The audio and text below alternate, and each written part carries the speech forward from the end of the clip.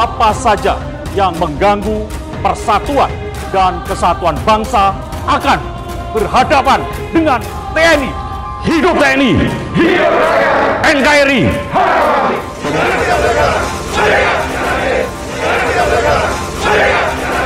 Negara tidak boleh kalah dengan premanisme. Kita adalah bagian negara dan negara hadir dan negara nggak boleh kalah ketika ada kelompok kecil mencoba mengganggu situasi Kamtimas, mengganggu merorong negara, maka kita hadir. Saya juga tidak memberikan toleransi kepada siapapun juga yang akan mengganggu keamanan dan yang mengganggu persatuan negara yang amat kita cintai ini. Tidak ada satu kelompok atau ormas yang menempatkan dirinya di atas negara. Apalagi ormas tersebut melakukan tindak pidana, dapat merobek-robek kebinekaan kita karena menggunakan identitas sosial, apakah suku atau agama, tidak boleh. Saya harus melakukan penegakan hukum yang tegas terhadap model seperti itu. Tidak ada gigi mundur, maju terus.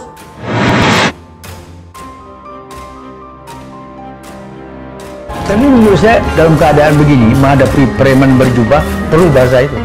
Saya akan pakai istilah preman berjubah tahun 2005.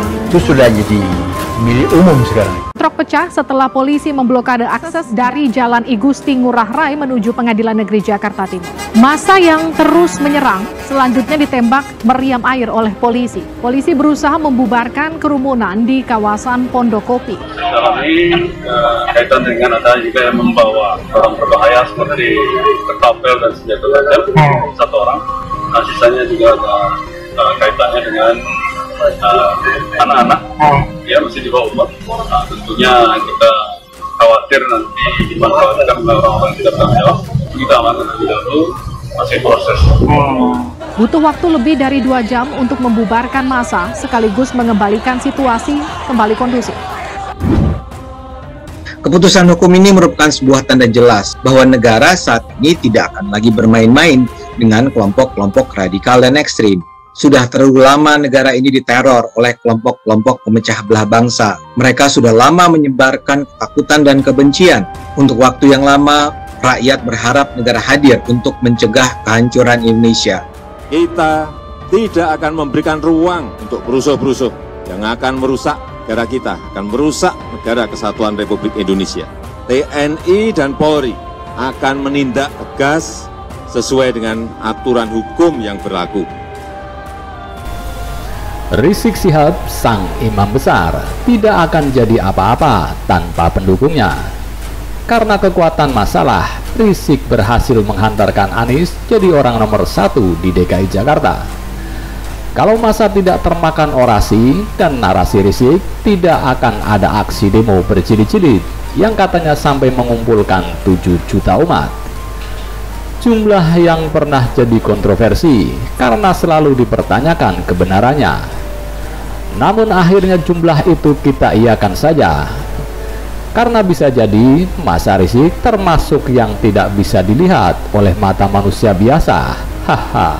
Peserta reuninya makin lama makin sedikit. Dan hari ini jumlah masa pendukung Rizik jadi hal yang berbalik, menampar muka Rizik dan gerombolannya. Ancaman dan gertakan memang jadi senjata utama Rizik dan gerombolannya. Dengan kata lain, kehaluan.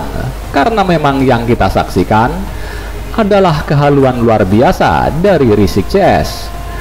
Dalam sidang minggu lalu, Rizik sempat mengancam jaksa penuntut umum bahwa para pendukungnya akan merasa tertantang dengan pernyataan jaksa yang menyebut predikat imam besar Rizik hanyalah isapan jempol.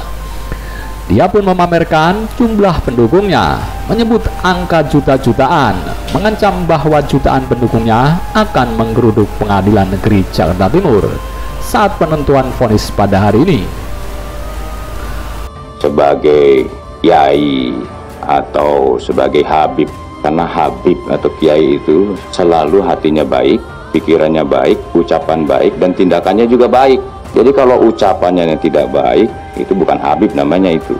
Sebelum ini pemerintah sudah mengambil langkah-langkah yang tegas dan berani. pemerintah sudah membubarkan HTI, membubarkan FPI, menangkap Munarman, menangkap dan menghukum para ustadz yang terus-menerus menyebarkan kebencian dan hoax. Kini giliran Rizik.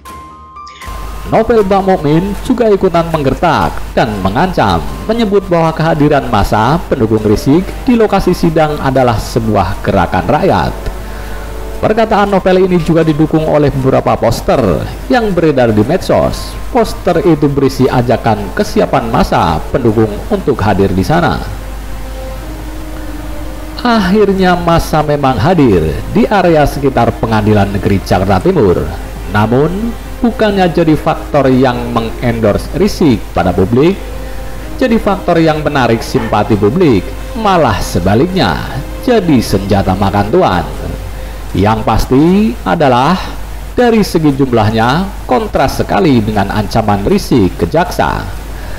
Katanya jutaan, yang datang ada berapa? Ratusan. Kalau dihitung-hitung dari beberapa media, diperkirakan pendukung Rizik yang datang sekitar 300-an. Kalaupun mau digenapkan ke angka yang lebih besar, sebut saja 500-an. Berasa nuampol ke arah Rizik dan Novel. Mana itu yang juta-jutaan? Apakah Rizik sudah ditinggalkan umat? Selain jumlah, kelakuan para pendukung Rizik ini jadi blunder, menguatkan berbagai pernyataan jaksa penuntut umum soal kelakuan Rizik sendiri, yang kenyataannya melakukan revolusi akhlak, tapi akhlaknya sama sekali tidak mencerminkan akhlak yang baik. Yang pertama, bawa senjata tajam. Kebebasan berpendapat memang dijamin dalam undang-undang, tentunya hanya mengeluarkan pendapat. Kalau pendukung Rizik bawa senjata tajam ketika menghadiri sidang Rizik, maksudnya apa? Mau menyerang jaksa? Atau sudah siap bentrok dengan aparat? Bawa senjata tajam niatnya pasti buat melukai kan? Karena kalau diam saja, nggak macem-macem, pasti nggak bakalan berurusan dengan aparat. Dalam ini kaitan dengan ada juga yang membawa orang berbahaya seperti ketapel dan senjata tajam, satu orang. Nah, sisanya juga ada kaitannya dengan anak-anak, ya masih di bawah umur. Nah, tentunya kita khawatir nanti dimanfaatkan oleh orang-orang yang tidak bertanggung jawab. Kita amankan terlebih dahulu, masih proses. Yang kedua, massa pendukung Rizik radikal dan beringas. Massa yang memaksa mendatangi Pengadilan Negeri Jakarta Timur akhirnya bentrok dengan aparat. Mereka pun melempari aparat dengan batu. Tidak hanya itu, mereka juga nekat menceburkan kendaraan milik salah satu polisi ke kali. Dekat Jalan I Gusti Ngurah Rai, tampak sekali bahwa massa Rizik ini berusaha memprovokasi aparat, memancing aparat agar bertindak keras. Tentunya taktik ini sudah terbaca dan aparat tidak terpancing. Bentrokan memang terjadi dan massa pun akhirnya bisa dipukul mundur.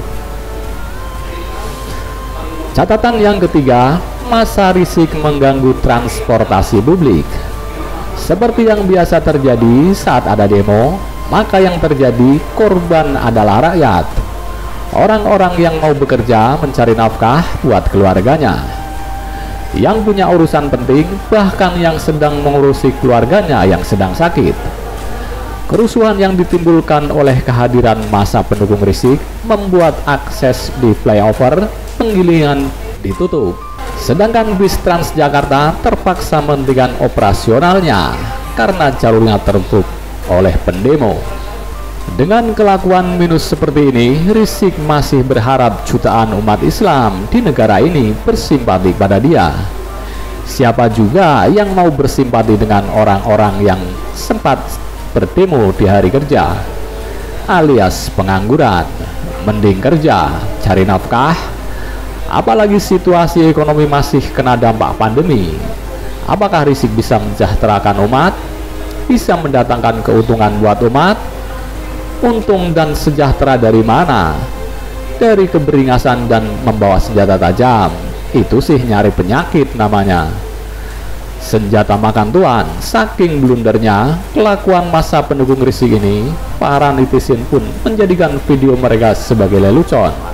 Siapa saja yang mengganggu persatuan dan kesatuan bangsa akan berhadapan dengan TNI. Hidup TNI! Hidup NKRI!